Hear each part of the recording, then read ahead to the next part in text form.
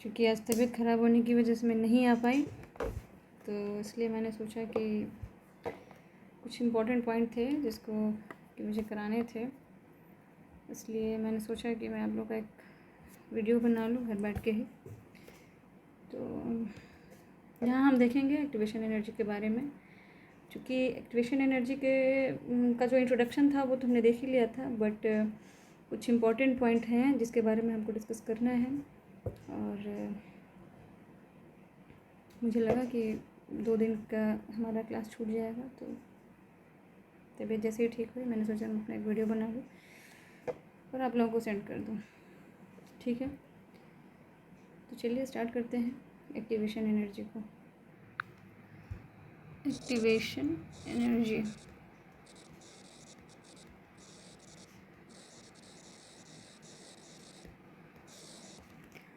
सबसे पहले हम इसका एक ग्राफ देखेंगे। इस ग्राफ के थ्रू हम इसको समझने की कोशिश करेंगे। देखिए, हम कभी भी कोई भी ग्राफ प्लॉट करते हैं तो एक्स एक्सिस और वाई एक्सिस के थ्रू हमारा ग्राफ प्लॉट होता है। ठीक है, यहाँ पे भी हमारा एक्सिस और वाई एक्सिस है। इसमें जो हम एक एक्सिस पे लेंगे वो हमारा होगा एनर्जी का, और जो दूसरा होगा वो होगा रिएक्शन का, जिस रिएक्शन में हम प्रोग्रेस ऑफ रिएक्शन दिखाएंगे। ठीक है, प्रोग्रेस ऑफ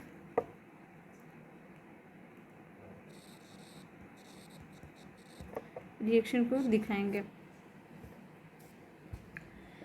यहाँ पे जब हम प्रोग्रेस ऑफ रिएक्शन दिखाएंगे तो हम अभी तक जानते हैं कि कोई भी रिएक्शन हम कर रहे हैं ए से बी की तरफ, तो यहाँ पे ये जो रिएक्टेंट हमारा है, इसी में से ये जो हमारा आर है, इसी में से हमारा खर्च होके कहाँ जाता है, इस बी में जाता है। ठीक है, तो अब इसी तरीके के इसको भी हम ग्राफ पे दिखाएंगे। इसको हम दिखाएंगे, यहाँ पे हमारा मान लो कोई रिएक्टेंट है यहाँ पे, और यहाँ से यहाँ पे थोड़ा और नीचे ले लेते हैं, तो इस रिएक्टेंट की एनर्जी यहाँ पे है। ठीक है, और ये जो हमारा प्रोडक्ट बन के आ रहा है, वो यहाँ पे बन के आ रहा है। कहाँ बन के आ रहा है, यहाँ पे। यानी कि हमको साफ दिख रहा है कि जो प्रोडक्ट का जो लेवल है वो किससे ऊपर है, रिएक्टेंट से ऊपर है। तो यहाँ से जब हमारा ग्राफ बनेगा तो वो कुछ इस तरीके के आएगा। क्या आएगा, कुछ इस तरीके का आएगा। और अभी हम इसको हटा लेते हैं, एक सेकेंड। कुछ हमारा ये इस तरह करके आएगा। तो ये हमने जब ग्राफ यहाँ पे प्लॉट किया, ये हमारा आर पॉइंट है, और इधर हमारा जो निकल के आया ये हमारा प्रोडक्ट यहाँ पे पी बन रहा है। तो ये यहाँ पे इसका लेबल है और ये इसका लेबल यहाँ पे है। तो जो ग्राफ प्लॉट होगा वो ग्राफ कुछ इस तरीके का प्लॉट होके आएगा। ठीक है, अब हम क्या करेंगे कि यहाँ पे कोई भी, मैंने आप लोगों को दिन क्लास में बताया था कि किसी भी रिएक्टेंट से प्रोडक्ट में कन्वर्ट होने वाला जो रिएक्शन होता है वो रिएक्शन एक पाथ के थ्रू होता है। ठीक है, अब यहाँ पे भी वो पाथ क्रिएट हो रहा है। अब यहाँ पे क्या हो रहा है, अगर हम देखें तो यहाँ पे इस कंपैरिजन करें रिएक्टेंट का प्रोडक्ट से, तो यहाँ पे ये इस तरीके से हमारा कंपैरिजन क्रिएट हो रहा है। ठीक है, लेकिन एक बात हमको यहाँ पे ये याद रखनी है कि जब भी ये रिएक्शन होगा तो इसके बीच में एक पॉइंट क्रिएट होगी, एक ऐसा स्टेट क्रिएट होगा जहाँ पे कि एनर्जी जो होगी वो मैक्सिमम होगी। ठीक है, और ये मैक्सिमम एनर्जी जो होती है वही केमिस्ट्री में यहाँ पे इस टर्म में हम इसको क्या कहेंगे, थ्रेशोल्ड एनर्जी। इसको मैं THR से दिखा रही हूँ, थ्रेशोल्ड एनर्जी। ठीक है, क्योंकि यहाँ पे जो एनर्जी है वो एकदम मैक्स पॉइंट पे है। अब हम बात एक्टिवेशन एनर्जी की कर रहे हैं। किसकी कर रहे हैं, एक्टिवेशन एनर्जी की कर रहे हैं। तो अब देखो, यहाँ से रिएक्टेंट से प्रोडक्ट में कन्वर्ट होने के बीच में एक स्टेज आ रहा है जहाँ पे एनर्जी क्या हो रही है, मैक्सिमम हो रही है। लेकिन ये जो एनर्जी मैक्सिमम हो रही है वहाँ पे ये एक बैरियर की तरह क्या हो रही है, कंपोज हो रही है। कैसे हो रही है, एक बैरियर की तरह कंपोज हो रही है। तो यहाँ पे रिएक्टेंट से प्रोडक्ट में कन्वर्ट होने के लिए जो एक ऐसी, जैसा कि एक्टिवेशन एनर्जी इसका नाम ही है, इस रिएक्शन में एक ऐसा प्रोसेस आता है जहाँ पे एनर्जी एक्टिवेट होके इस बैरियर को क्या करती है, क्रॉस करके किस में कन्वर्ट होती है, प्रोडक्ट में कन्वर्ट होती है। तो उसी एनर्जी को जो इस थ्रेशोल्ड एनर्जी के बैरियर को क्रॉस करता है उसी को हम क्या कहते हैं, एक्टिवेशन एनर्जी कहते हैं। ठीक है, अब देखो, अब यहाँ पे एक्टिवेशन एनर्जी का यहाँ जो यहाँ पे इस रिएक्शन का जो रिएक्टेंट है, इस रिएक्टेंट की एनर्जी तो यहाँ पे है, पर जो प्रोडक्ट की एनर्जी की इस एनर्जी की जो एनर्जी स्ट्रेंथ हो तो यहाँ तक है, यहाँ तक। बट अगर हम प्रोडक्ट से इसका कंपेरिजन करते हैं तो प्रोडक्ट क्या हो रहा है, इतना मैक्सिमाइज हो रहा है। यानी कि यहाँ पे जो एंथैल्पी हो रही है डेल्टा एच, जो कि हम 11th में थर्मोडायनेमिक्स में पढ़ चुके हैं, तो अगर इसके हम एंथैल्पी की बात करते हैं तो एंथैल्पी क्या होगी, प्रोडक्ट में से रिएक्टेंट का जो एनर्जी होगी वो माइनस हो जाएगा। Then delta H is equal to यहाँ पे हो जाएगा, अब चूंकि हम एक्टिवेशन एनर्जी की बात कर रहे हैं, एंथैल्पी की बात हो रही है यहाँ पे, तो ई पी माइनस क्या हो जाएगा, ई आर, जिसके बारे में हम 11th में पढ़ चुके हैं। अच्छा, अब जब प्रोडक्ट की एनर्जी ज़्यादा हो रही है, किससे, रिएक्टेंट से, तो यहाँ पे जो डेल्टा एच होगा, डेल्टा एच वो क्या हो जाएगा, पॉजिटिव। याद करो उस लेक्चर को, जब मैंने बोला था कि पर्स है, जब पर्स में पैसा आता है तो क्या हो जाता है, वो पॉजिटिव में हो जाता है, जब पर्स में से पैसा निकलता है तो वो नेगेटिव में हो जाता है। तो यहाँ रिएक्टेंट की एनर्जी प्रोडक्ट में बढ़ रही है ना, यहाँ हमको दिख रहा है ना कि ये बढ़ रही है, तो बढ़ रही है, इसका मतलब क्या है कि ये पॉजिटिव है। ठीक है, अच्छा, ऐसा सेम ऐसी ही कंडीशन होती तो अब इसको हम क्या करेंगे, जब इस तरह की कंडीशन होगी, जब पर्स में पैसा आ रहा है, देन इस तरह की कंडीशन क्या होगी, एंडोथर्मिक। ये जो एंथैल्पी होगी वो यहाँ पे जो थर्मोडायनेमिक्स होगा वो क्या होगा, एंडोथर्मिक होगा। ठीक है, अब इसी तरीके से चूँकि रिएक्शन है वो तो हर तरीके से होती है, एंडोथर्मिक की तरह ही अब एक और प्रोसेस इसका होगा जिसमें इस प्रोडक्ट की एनर्जी रिएक्टेंट से कम हो जाएगी, यानी कि पर्स में से पैसा निकलेगा तो ये कम हो जाएगी। तो वहाँ का जो प्रोसेस जो ग्राफ बनेगा, मैं ग्राफ बना के भी दिखा दे रही हूँ ताकि आपको दिक्कत नहीं होगी। सेम वही प्रोसेस, यहाँ पे एनर्जी, यहाँ पे रिएक्शन प्रोग्रेस में। ठीक है, और यहाँ पे जो बन के आएगा, मान लो कि ये रिएक्टेंट यहाँ पे है, तो रिएक्टेंट यहाँ पे, तो प्रोडक्ट कहाँ बनेगा, यहाँ बनेगा। अब यहाँ बनेगा, देन यहाँ पे जो एनर्जी, इसका जो क्या कहते हैं, इसकी एनर्जी क्या है, ये इसका एनर्जी इतने में ही आ रहा है और इसकी एनर्जी इतने में आ रही है, यानी कि रिएक्टेंट की एनर्जी ज़्यादा है और प्रोडक्ट की एनर्जी कम, यानी कि पर्स में से पैसा निकल रहा है, यानी कि यहाँ से एनर्जी ज़्यादा लग रही है। देखो यहाँ से ये एनर्जी ज़्यादा लग रही है, किस लिए, प्रोडक्ट में कन्वर्ट होने के लिए। और यहाँ पे थ्रेशोल्ड पॉइंट तो यहाँ पे इसका है ही THR। ठीक है, वही बैरियर है जिसको जहाँ पे एनर्जी एक्टिवेट होकर इस बैरियर को क्रॉस कर रही है और किस में कन्वर्ट हो रही है, प्रोडक्ट में। बट यहाँ पे जो देखने वाली बात है, तो इस रिएक्शन में जो एंथैल्पी होगी वो delta H is equal to क्या हो जाएगी, delta H is equal to हो जाएगी EP माइनस ER। किस में कन्वर्ट हो जाएगा, ये हो जाएगा नेगेटिव में। तो नेगेटिव में कन्वर्ट हो जाएगा, तो ये प्रोसेस हो जाएगा हमारा क्या, ये प्रोसेस हमारा हो जाएगा 100, यहाँ लिख दे रही हूँ मैं, 100 ठीक है,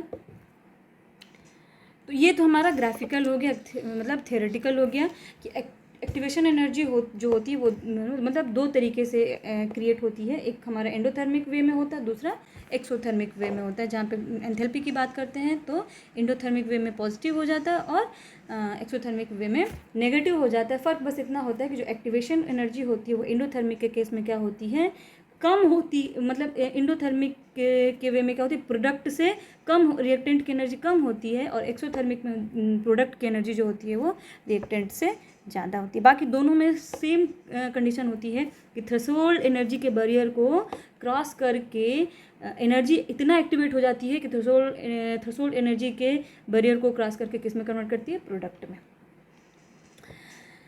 अब एक्टिवेशन एनर्जी से रिलेटेड कुछ न्यूमेरिकल्स हैं। इसको मैं, हाँ, इस पेज को मैं थोड़ा सा, नेक्स्ट पेज। अब यहाँ पे क्या करेंगे, एक्टिवेशन एनर्जी का थोड़ा सा डेरिवेशन देख लेंगे, थोड़ा सा डेरिवेशन देख लेंगे, ठीक है।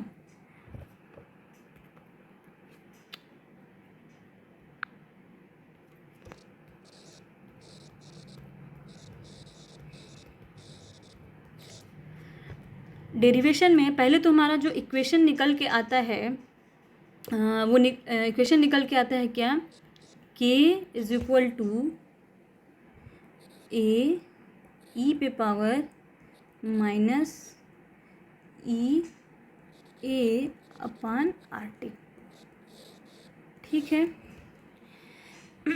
इसको हम अर्हेनियस इक्वेशन बोलते हैं, ठीक है, अर्हेनियस इक्वेशन भी बोलते हैं, जो कि अर्हेनियस ने इस कॉन्सेप्ट को दिया था, इस वजह से इस इक्वेशन को हम अर्हेनियस इक्वेशन कहते हैं। पहले हम देख लेते हैं इसमें, ये जो हमारा ए है, पहले तो के जो है हम जानते हैं हमारा क्या है, रेट कांस्टेंट है, ये हम सब जानते हैं, कुछ नया नहीं है, बस इसको छोड़ के। ये जो हमारा है ये क्या है, आप मैथ में पढ़े होंगे, जो बायो वाले नहीं पढ़े होंगे वो यहाँ पे देख लेंगे। ये इसको हम बोलते हैं क्या, एक्सपोनेंशियल टर्म,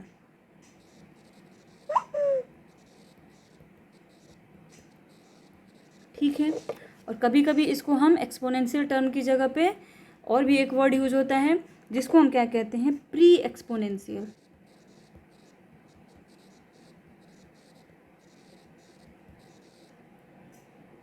टर्म या फैक्टर,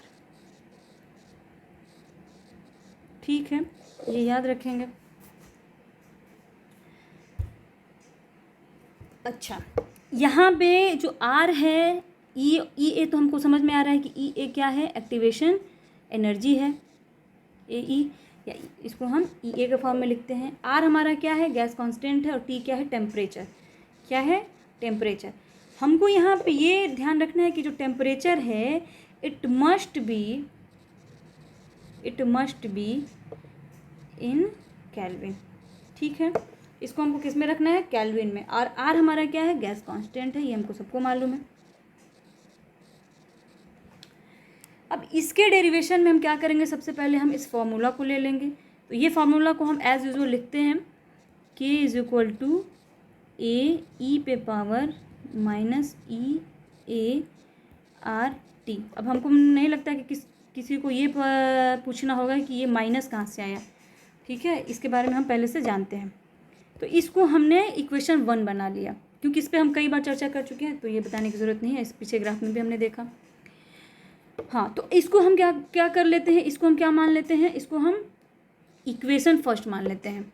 अब देखिए, अच्छा, हम ये जानते हैं, हमने इससे पहले जो भी डेरिवेशन किया उसमें हम लॉग वैल्यू निकालते थे, और लॉग वैल्यू निकालते थे तो हम हमेशा जो लॉग लेते थे वो नेचुरल लॉग लेते थे, यानी कि ln के। तो यहाँ पे भी हम वैसे ही करेंगे, कुछ भी ऐसा नहीं है जो नया है, सब हम देख चुके हैं, पढ़ चुके हैं, मैं बस इसलिए करा रही हूँ कि आपको कन्फ्यूजन ना हो, ठीक है। तो ये हो जाएगा ln के, इसमें हम सब में लॉग नेचुरल लॉग लगा देंगे, तो ln के इज इक्वल टू हो जाएगा क्या, ln a प्लस ln, और प्लस क्यों लगाते हैं हम जानते ही हैं, ठीक है। जो मैंने लॉग का वैल्यू आप सबको बताया था कि 10 के लिए जो बताया था, जिसमें से कि मैंने 4 कुछ आप लोगों को फार्मूलाज बताए थे, उसी पे बेस करते a प्लस बी वाला, वही वाला फार्मूला यहाँ पे लगेगा। तो ये हो जाएगा ln ई पे पावर, यही बच जा रहा है ना, क्योंकि ये भी हो गया, ये भी हो गया, बच जा रहा है ये, तो ई पे पावर माइनस ई ए अपान आर टी, ठीक है। अब देखिए, तो इसको अगर हम करेंगे तो यहाँ पे क्या निकल के आएगा, ln K is equal to ln A minus EA upon RT। इसको हम ऐसे लिख सकते हैं ना। इसको हमने मान लिया इक्वेशन 2। ठीक है, अब देखिए आगे बढ़ते हैं।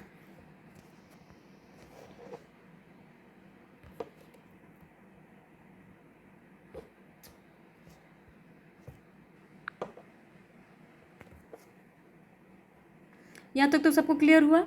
अब देखिए, अब क्या करेंगे कि यहाँ पे टेम्परेचर जो है उसको हमको किस में लेंगे, कैलोरी में लेंगे, हमारे दिमाग में है। अब देखिए, अगर टेम्परेचर यहाँ पे किस में है, T1 है, तो अगर हम यहाँ पे किसको रेट जो लेंगे, रेट कांस्टेंट, वो हमारा क्या हो जाएगा, K1। अगर टेम्परेचर को हम T1 ले रहे हैं तो हमारा रेट कांस्टेंट क्या हो जाएगा, K1 हो जाएगा। तो लिखते हैं इसको, if temperature is T1 then rate constant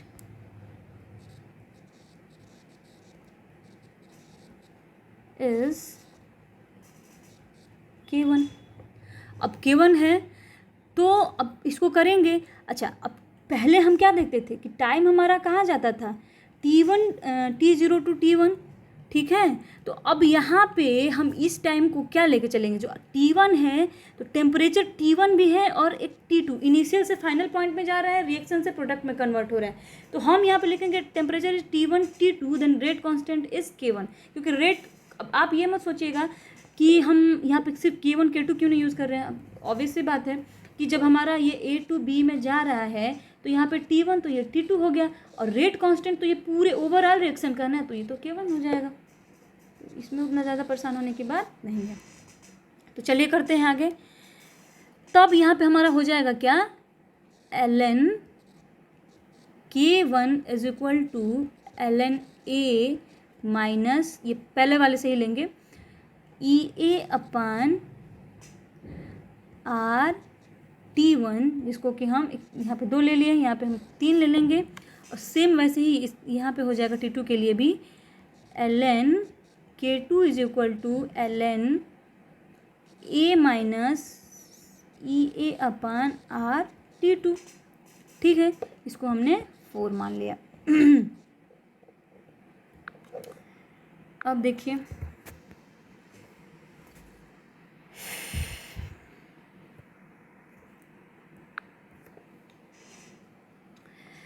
अब क्या करेंगे, सब्स्टिट्यूट करें, सबस्ट्रेट इक्वेशन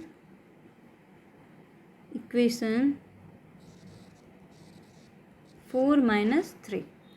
ठीक, तो क्या हो जाएगा, ln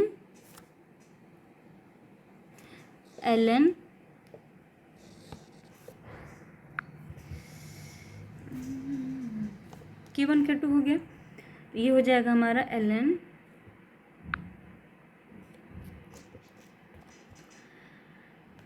इसको हम इसमें से इसको घटाएंगे। ठीक है, उसकी पूरी वैल्यू लिखेंगे अभी, K2 minus ln K1 is equal to पूरी, जिसकी जो दोनों की जो वैल्यू उसको ऐसा यहाँ पे लिख लेंगे, EA upon RT2 minus EA अपान RT1। ठीक, अब देखिए इसकी वैल्यू क्या हो जाएगी। अब इसको देखिए, ln कॉमन ले लिया तो ये हमारा हो जाएगा K2 upon K1 is equal to, ये हो जाएगा EA को भी कॉमन ले लिया, EA R को, तो EA upon R is equal to बच क्या गया हमारा, ये हमारा हो जाएगा T2 माइनस T1 अपान T2 इंटू T1। ठीक, इसको कोई दुराय नहीं है। अब देखिए, अब इसको सॉल्व करेंगे तो हमारा क्या आ जाएगा, लॉग, अब ये अभी आ जाएगा हमारा, इसको सॉल्व करेंगे तो मैंने पहले ही कहा था कि जब हम इसको क्या कहते हैं, जब ये यहाँ पे हम तोड़ेंगे तो इसकी वैल्यू हमारी क्या आ जाएगी, जब इसको हम तोड़ेंगे तो इसकी वैल्यू हमारी क्या आ जाएगी,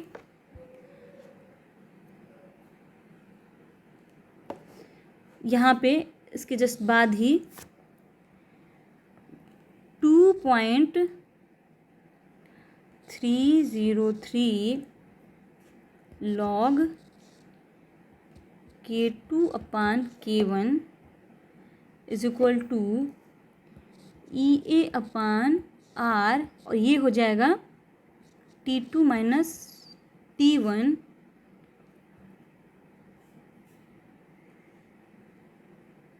अपॉन T2 इंटू T1। ये मैं बस समझाने के लिए कि इस ln को अगर लॉग में कन्वर्ट करेंगे तो क्या आएगा, ln को लॉग में कन्वर्ट करेंगे तो ये वैल्यू आएगा। सॉल्व करने के लिए हम इसको रखेंगे। अब देखिए आगे की वैल्यू क्या हो जाएगी, अरे यार ये क्या हो रहा है, आगे की वैल्यू हमारी क्या हो जाएगी, log K2/K1 is equal to EA/, अब इसको लिख लेंगे यहाँ पे EA/R है ना, इसको लिख लेंगे यहाँ पे 2.303 R, ये हमारा हो जाएगा T2 minus T1 upon T2 into T1। ये हमारा प्रूव हो गया, मतलब हमारा डिराइव्ड हो गया क्या, अर्हेनियस इक्वेशन। ठीक है। अच्छा, अब थोड़ा सा क्वेश्चन कर लेते हैं कि क्वेश्चन क्या होगा, इस पे क्वेश्चन कैसे बनते हैं। तो क्वेश्चन हमारे ऐसे बनते, पहला क्वेश्चन तो सिंपल सा मैं पूछ ले रही हूँ आपसे कि अगर ये आपको पूछ दे कि द एक्टिवेशन एनर्जी, पहला क्वेश्चन इस पे इस तरीके से पूछेगा कि the activation energy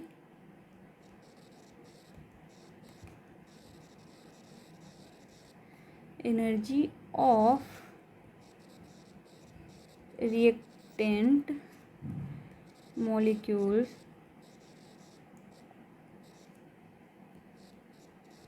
in a reaction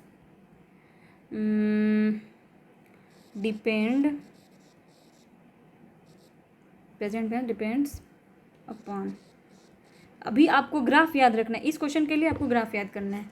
इसका ऑप्शन है आपका, कलर चेंज कर लेती हूँ मैं, पहला होगा टेम्परेचर,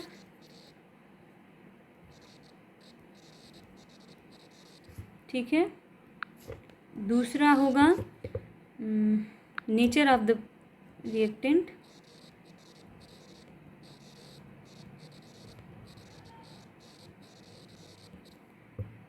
तीसरा होगा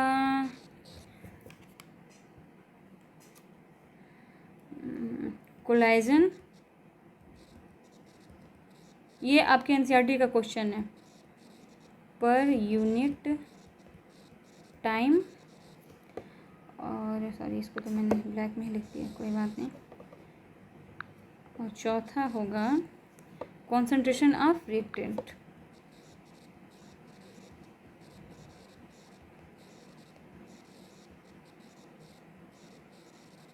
ठीक, तो सिंपल सी बात है कि हमारा नेचर ऑफ द रिएक्टेंट, जो एक्टिवेशन एनर्जी है वो रिएक्शन पे किस पे डिपेंड कर रही है, नेचर ऑफ द रिएक्टेंट। भाई रिएक्टेंट की एनर्जी किस हिसाब से रह रही है, उसी हिसाब से हमारी एंथैल्पी पता चल रही है, उसी से हमारा एक्टिवेशन एनर्जी पता चल रहा है कि रिएक्टेंट के लिए ज़्यादा हो रहा है कि प्रोडक्ट के लिए ज़्यादा हो रहा है। तो हमारा जो आंसर सही होगा वो क्या होगा, नेचर ऑफ द रिएक्टेंट। जो दूसरा एक क्वेश्चन पूछ रहा है,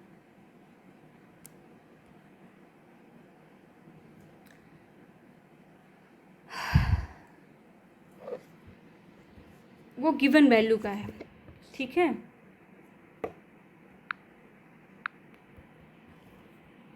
वो क्वेश्चन है, नेक्स्ट क्वेश्चन नंबर 2। ये पूछ रहा है कि चाहिए the rate of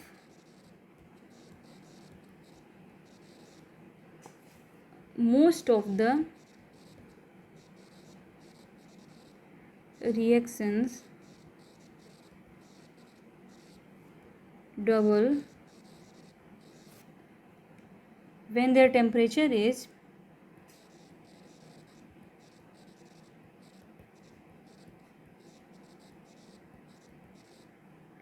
raised from 298 kelvin. अच्छा, ये केल्विन में ना मैंने कहा था कि temperature must be in kelvin. इस पर भी मैं थोड़ा सा आपको 2 मिनट टाइम लूँगी। पहले इस क्वेश्चन को लिख लेती हूँ। केल्विन टू रेज कर रहा है 308 केल्विन। ठीक है, तो यहाँ पे हमको कैलकुलेट करना है, calculate the activation energy of the reaction.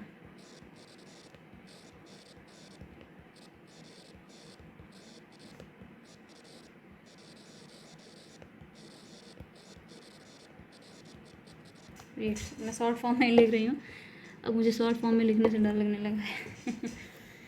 खैर, जोक से पार्ट। देखो, अच्छा, इस क्वेश्चन को थोड़ा सा अभी साइड में रख के एक चीज़ समझ लेते हैं कि हमने कहा था कि टेम्परेचर को हम किस में लेंगे, केल्विन में लेंगे। तो यहाँ पे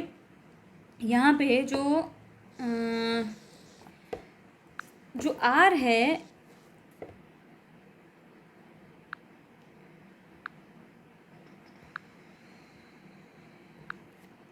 जो आर है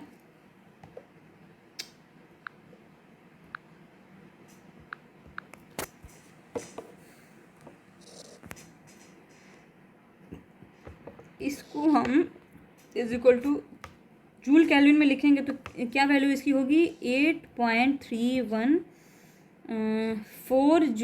जूल किलो इन्वर्स और मोल इन्वर्स। ठीक है, अगर किलो जूल में लिखेंगे तो हो जाएगा जूल, क्या बोल दिया मैंने अभी, सॉरी, ये हमारा हो जाएगा R is equal to 8.314 joule kelvin inverse और मोल इन्वर्स। ठीक है, और किलो जूल में लिखेंगे तो क्या हो जाएगा, 8.314 इंटू किलो में हो जाएगा, तो वही हमारा 0.3 इधर, तो वो पावर में चला जाएगा, तो हो जाएगा 10⁻³ किलो जूल पर केल्विन पर मोल।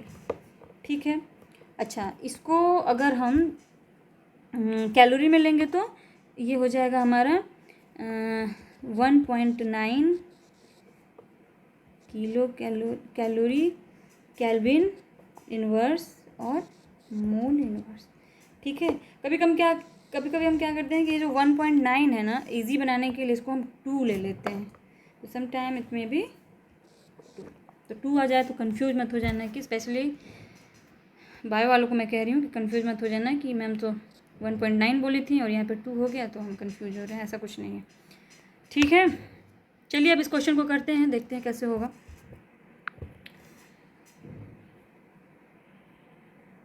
क्वेश्चन सब लोगों ने उतार लिया, आंसर देखिए।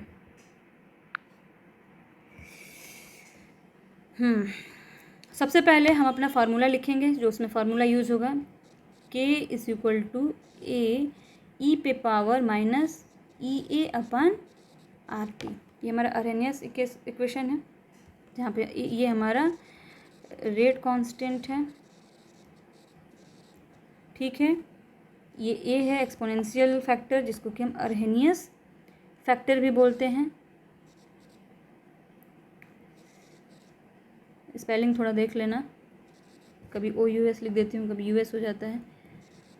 ठीक है, तो हमको स्पेलिंग नहीं देखना है, हमको फॉर्मूला देखना है। ये हमारा अरहेनियस फैक्टर हो गया। ठीक है, ये हमारा एक्टिवेशन एनर्जी है।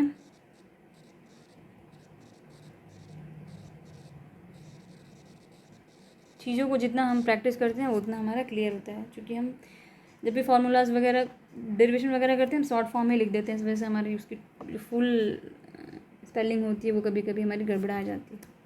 मेरी कमी है, आप इसको ध्यान में रखेंगे। ठीक है, RT क्या है हमको मालूम है, गैस कांस्टेंट और टेम्परेचर। ठीक है, चलो इसको भी लिख ही दे रही। R हमारा गैस कांस्टेंट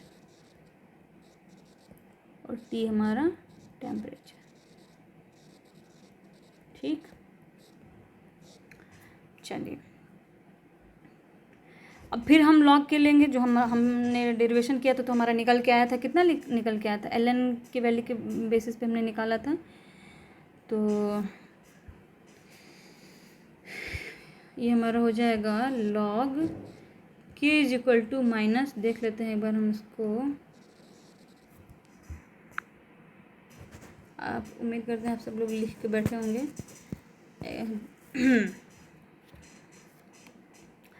तो ये हम निकाल लेते हैं यहाँ पे, ये log K2/K1 ये 2.30 ये RT T1 T2 के लिए अलग अलग निकलेगा, तो इसी के बेसिस पे हम यहाँ पे रखेंगे। ठीक है, तो log K is equal to हो जाएगा माइनस EA/2.303 RT प्लस ये ln A हो जाएगा। ठीक है, अब दो डिफरेंट टेम्परेचर के लिए हमारा T1 और T2 जो कि है उसके लिए हम क्या लिखेंगे इसको, log K1 is equal to minus EA/2.303 RT1, किसके लिए निकाल रहे हैं हम, ln A के लिए ही निकाल रहे हैं। तो ये हमारा ln प्लस ln A, ये हमारा फर्स्ट हो गया इक्वेशन। अब दूसरे टेम्परेचर के लिए log K2 is equal to हो जाएगा सेम, बस T1 की जगह T2 हो जाएगा EA/2.303 RT2 plus ln A, ये हमारा इक्वेशन 2 हो गया। अब देखो सब्सट्रैक्ट करेंगे ना, इसको सब्सट्रैक्ट करेंगे तो क्या होगा, जो पहला हमने अभी डेरिवेशन में किया था सेम उसी चीज़ को करेंगे। तो सब्सट्रैक्ट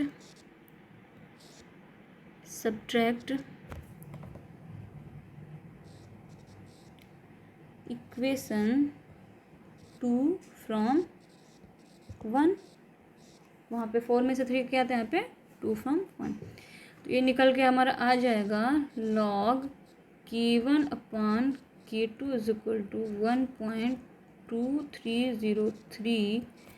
अब ये को हम निकाल लेंगे, EA/RT1 माइनस EA/RT2।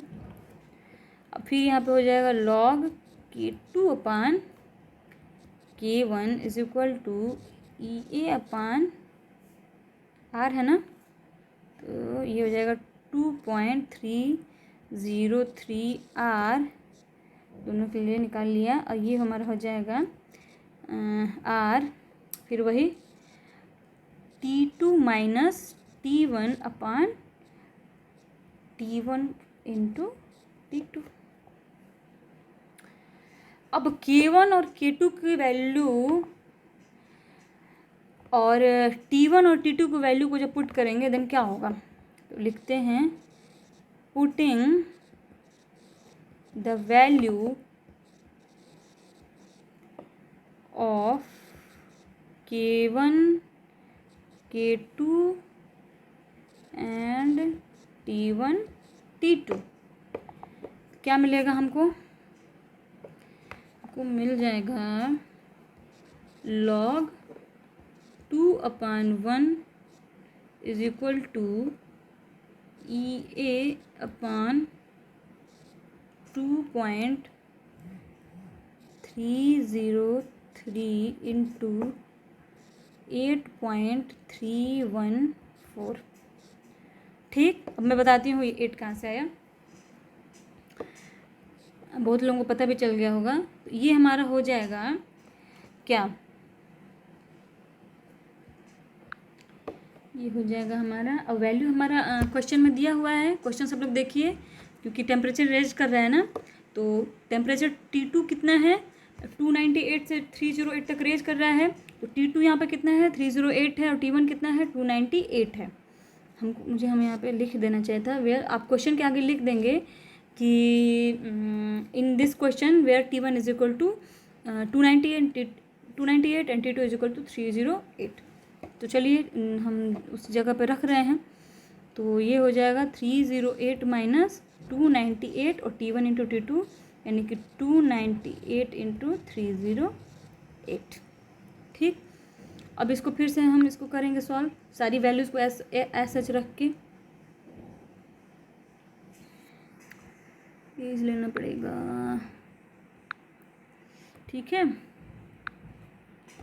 देखिए तो ये हो जाएगा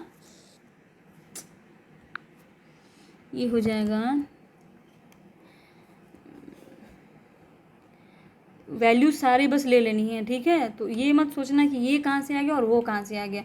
लॉग इधर कितना था, लॉग 2/1 था ना, तो लॉग 2/1 था, तो इसकी वैल्यू हमारी कितनी हो जाएगी, इसको यहाँ पे हम लिखेंगे तो हो जाएगा 0.314 इंटू 2.303 इंटू 8.314 इंटू 308 इंटू 298 अपान हमारा क्या हो जाएगा 308 माइनस ये क्या है EA इज इक्वल टू, ठीक, तो ये हो जाएगा 298। ठीक है, इसको जब कैलकुलेट करेंगे, इसको मल्टीप्लाई करके, इसको डिफ्रेंशिएट करके, जब इस सब सब्सट्रैक्ट करके जब इसको डिफ्रेंशिएट करेंगे, देन इसकी वैल्यू कुछ निकल के आएगी EA की। कैलकुलेटर भी यूज़ कर लेना, बायो वाले कैलकुलेटर यूज़ करके इसको देख सकते हैं, और मैथ वाले तो जानते ही होंगे। तो ये हो जाएगा हमारा 52.903 किलो जूल। ठीक है, तो इसकी एक्टिवेशन एनर्जी यानी कि ये जो निकल के आई हमारे क्वेश्चन की, वो ही 52.903 किलो जूल। कुछ नहीं करना है, बस सारी वैल्यूज़ को हमको क्या करना है, सारी वैल्यूज़ को हमको बस पुट कर देना है और हमारा आंसर निकल के आ जाएगा। ठीक है, उम्मीद करते हैं समझ में आया होगा सबको। जिसको नहीं भी समझ में आया होगा वो मुझसे क्लास में आके पूछ लेगा, जो वैल्यू जहाँ पे जिसको नहीं समझ में आया कि ये कहाँ पे आया, कैसे आया, वो हम मुझसे ये क्वेश्चन दोबारा पूछ सकते हैं। ठीक है, लेकिन आप एक बार ज़रूर प्रयास करिएगा इस सबको करने का, देखने का कि कौन सी वैल्यू कहाँ से आई, किस तरीके से रख दी गई। अगर आप ध्यान से देखे होंगे, सुने होंगे, तो आपको भी समझ में आ ही जाएगा। चलो, कल के एग्ज़ाम के लिए ऑल द बेस्ट, तैयारी करिए, अच्छे मार्क्स गेन करिए।